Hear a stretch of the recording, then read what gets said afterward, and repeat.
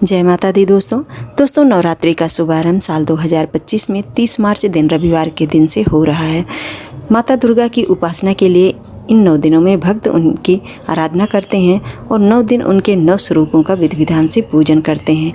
प्रत्येक दिन माता के अलग अलग स्वरूपों का श्रृंगार होता है और अलग अलग तरह से भोग भी लगाया जाता है। ऐसे में भक्त माता की प्रसन्नता के लिए इन 9 दिनों में दुर्गा सप्तशती का पाठ भी करते हैं और दुर्गा सप्तशती के 9 मंत्र का जप भी करते हैं। आइए जानते हैं दुर्गा सप्तशती का जप कैसे करना चाहिए और यदि आप चौकी लगा रहे हैं तो किन नियमों को अपनाना चाहिए। कलश की स्थापना कर रहे हैं या आप अखंड ज्योति जला रहे हैं तो क्या क्या नियम आपके लिए ज़रूरी है।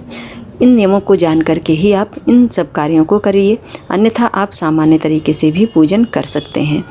नवरात्रि के दिनों में यदि आप माता की चौकी लगा रहे हैं तो चौकी पर लाल कपड़ा बिछाएं और सर्वप्रथम गणेश जी का, गौरी जी का स्थापना करें। उसके बाद दीप लगाएं, फिर कलश की स्थापना करें, फिर माता की प्रतिमा आदि स्थापित करके पूजन करें और संकल्प लें पूजन करने से पहले कि हे माता, इन 9 दिनों में हम आपकी चौकी को छोड़ करके कहीं नहीं जाएंगे और आपका पूजन आराधन करेंगे अपनी यथाशक्ति अनुसार। भाव निवेदन करते हुए भगवान श्री गणेश जी का ध्यान करके आपको संकल्प लेना चाहिए, तभी आपको पूजन करना चाहिए। बिना संकल्प के कोई भी पूजा अधूरी मानी जाती है, ना ही उसका पूर्ण फल ही हमें प्राप्त होता है। ऐसी दशा में इस नियम को भी जरूर जानना चाहिए। कलश की स्थापना कर रहे हैं तो कलश में 5 वस्तुएं होना चाहिए, जिनमें कि लौंग, इलायची, सुपारी, हल्दी और का चांदी का हो या सामान्य हो।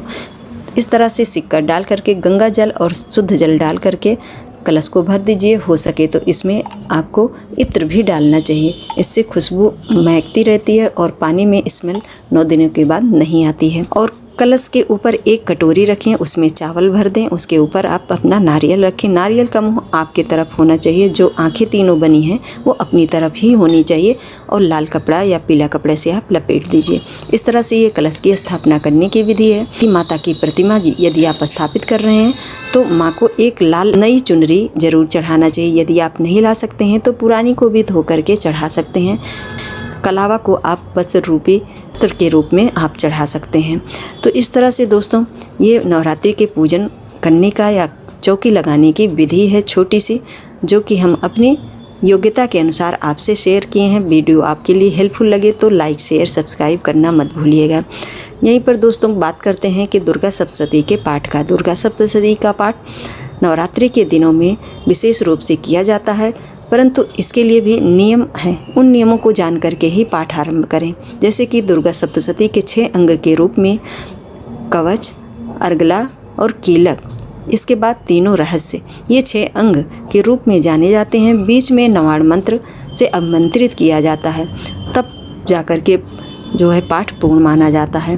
तो इन नियमों को भी जान करके आपको पाठ आरंभ करना चाहिए, तभी आपको पूर्ण फल प्राप्त होता है। अन्यथा आप कवच, अर्गला, कीलक और उसके बाद जाकर के लास्ट में जो सिद्ध कुंजिका स्तोत्र है उसको भी पढ़ करके आप दुर्गा सप्तशती के पाठ का फल प्राप्त कर सकते हैं। दुर्गा सप्तशती का बीज मंत्र जो है नवाड़ जप, इसका पाठ नवरात्रि के दिनों में विशेष रूप से किया जाता है। नवाड़ मंत्र को जपने के लिए हमेशा रुद्राक्ष की माला का ही इस्तेमाल करें, टिक की माला भी ले सकते हैं। इन सभी नियमों को जान करके ही आपको पाठ आरंभ करना चाहिए।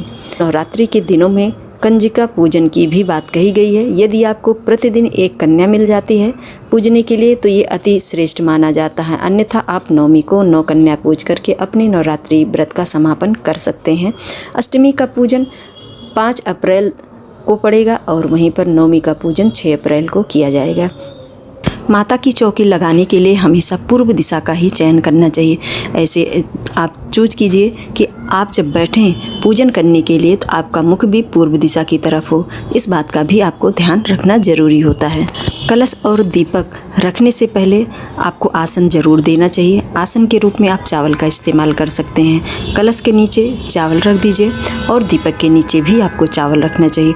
अष्टदल कमल उसी चावल से ही बना करके आप दीप और कलश की स्थापना करें। गौरी गणेश का पूजन करें। इस तरह से पूरी श्रद्धा भक्ति के साथ हमने अपने ज्ञान को आपसे शेयर किया है। यदि आपको थोड़ा सा भी हेल्पफुल लगे तो कमेंट करके मुझे ज़रूर बताइएगा। चैनल पर नए हो तो सब्सक्राइब कर लीजिएगा और हमारे वीडियो को लाइक शेयर करना मत भूलिएगा। जय श्री